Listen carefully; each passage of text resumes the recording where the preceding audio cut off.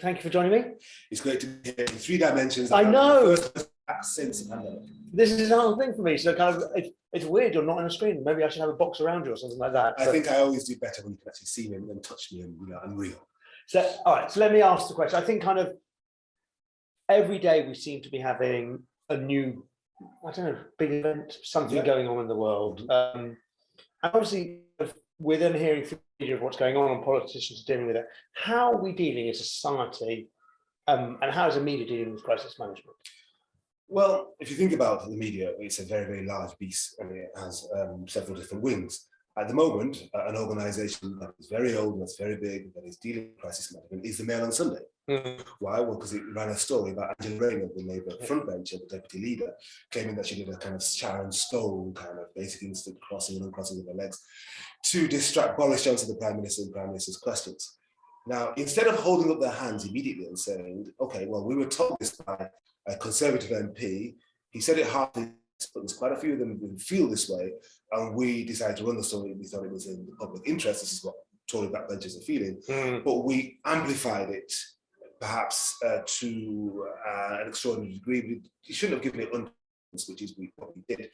But at the same time, we think it is key to our society that we have freedom of the press, and we shouldn't have been summoned by the Speaker. That's why we've refused to go. They've come out wrong and strong. No, Mr. Speaker, if you look at the front page of today's Daily Mail, they're basically saying, you can't touch us. We will make up the rules. It's up to us. And I think there's often a knee-jerk reaction from media organizations who feel they can do no wrong. They never fess up, never complain, never explain. And I don't think that's right in 2022. Back in the day, when there was no such thing as social media, when we didn't have the democratization of media that we have, I don't think it's possible to maintain the stances that you used to back in the day, because there are so many other ways in which people can hold you to account. Politicians need to realize this.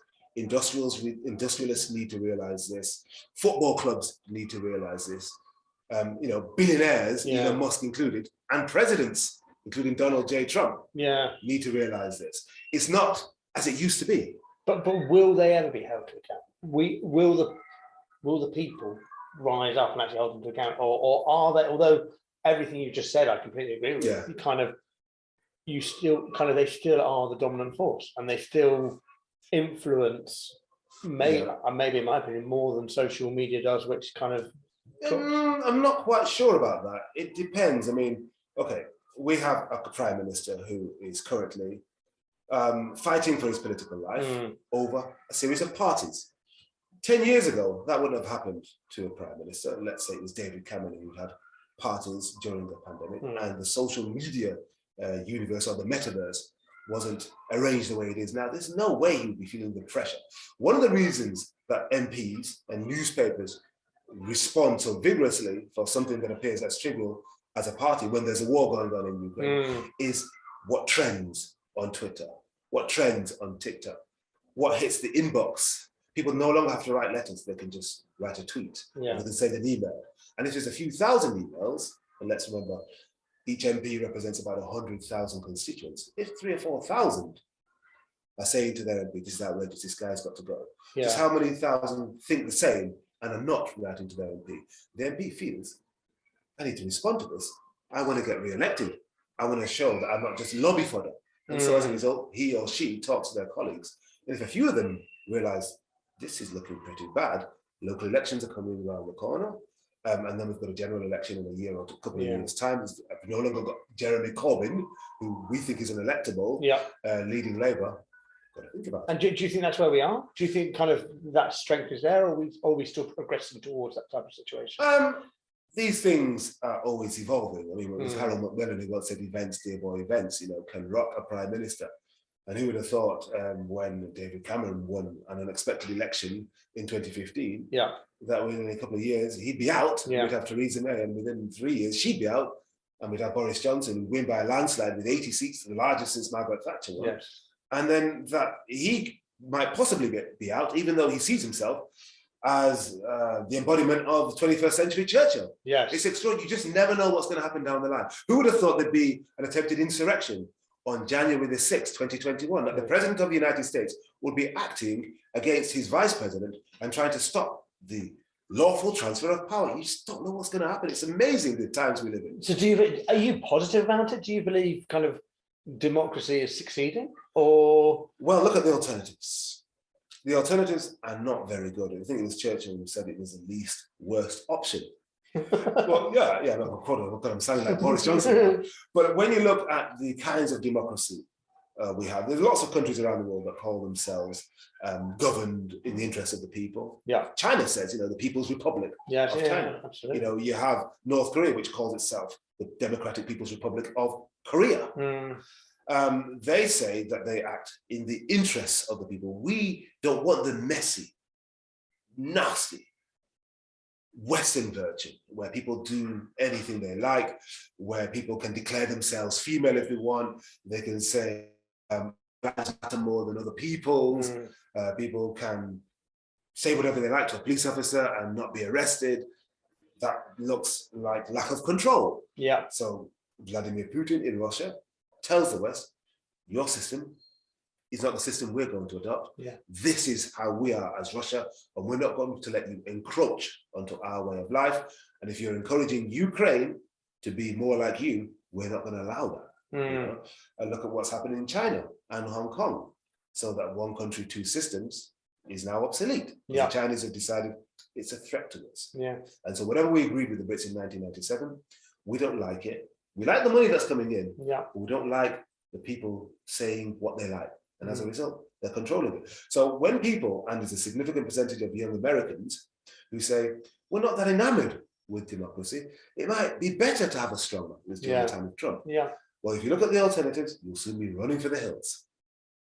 Fascinating. You're thinking about that. It's true. There's lots of different types of democracy you can have. If you look at Rwanda, yes. Okay? So there's talk of people coming across the channel and then be deported by the Home Secretary Priti Patel to Rwanda. There's a big debate about that country. I've been there 3 times. I've met the president. Yes. It's an extraordinary country. If you consider the awful genocide they suffered in 1994, when nearly 1 million people were killed in 100 days.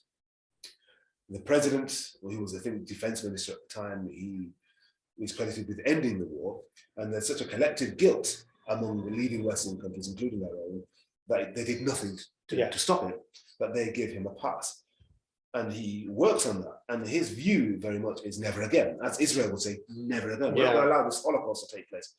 So he doesn't brook any dissent. He says, we have democracy here in this country. And I'm not a dictator. I was elected by 98% of the people, but we will do things our way. So there's various different types of democracy. He thinks, Paul Kagame, I think, the model we have in the West is fine for you. And it took you several hundred years to get to that point. We've had a genocide just 28 years ago. We're not going to leap to it yet. We'll take our time. And I mean, when you go across a kind of, and you meet prime ministers, presidents of different countries who have different versions of democracy, whatever, how do you keep yourself balanced internally about your own personal feelings while you're reporting on it and investigating it or doing whatever you're doing there? How do you manage your personal feelings against kind of your professional? Well, your professionalism kicks in. I mean, I've been doing journalism for over 30 years. I know you wouldn't be able to tell, but from being a local reporter in Manchester, writing features to the Manchester Evening News for the Voice newspaper, and then working on the Radio 4 Today programme, World at 1 p.m, and then other stations too, and then writing columns. And it schools you. So you can feel viscerally opposed to what somebody says, but you stand back and you let the facts dictate the interview. So if a president or a prime minister says something you disagree with, you say, oh, that's outrageous. You don't say that's outrageous. You say, well, prime minister, in 1994, you said this, or your opposition leader said that, or well, look at the facts about your economy. Is this really working? And so you let the facts challenge that person, or you quote somebody else and make the quote do the heavy lifting for you. And that's how you do it. It isn't difficult after a while, because I found myself talking to a range of people. I've even found myself in the same room as Aung San Suu Kyi, the former leader of Myanmar. And you know, I didn't find her a very easy customer. I didn't interview her, I was introducing her. Right. And then she gave her speeches at the United Nations. And I had to find a way of helping her, as they say in Ghana, land. You know, when somebody's making a point, it goes on and on. Yes. I thought to myself, she's not going to shut up. Oh, really? And I just had to say, it's a door, Aung San Suu Kyi, door, Aung San Suu Kyi. It is a pleasure and a privilege to have you here. and we could really listen to you all day. It's tremendous. But the time is against us. And so, Your Excellency, with respect, if I can now ease the discussion onto, and she went like this and smiled. I just say, yeah. She smiled an icy, benign smile. It could have all gone horrible. Yeah, I mean, the thing is, you find yourself, whether it's Macron loves to talk. Yes. And I've encountered him twice on stage. Yeah. First time was in Dakar in 2018 at the replenishment of the Global Fund for Education, or the Global Partnership for Education. And it was being co-hosted by the president of Senegal, who was Macky Sall at the time, and President Macron. And they did a joint press conference, and I was having to moderate it in French, which wasn't easy. I had to really kind of keep on my toes. Yeah. But he just, Macron just would not shut up because he's very eloquent. Yes. I would call him hyper-articulate. I mean, he speaks beautiful French. Okay. Yeah.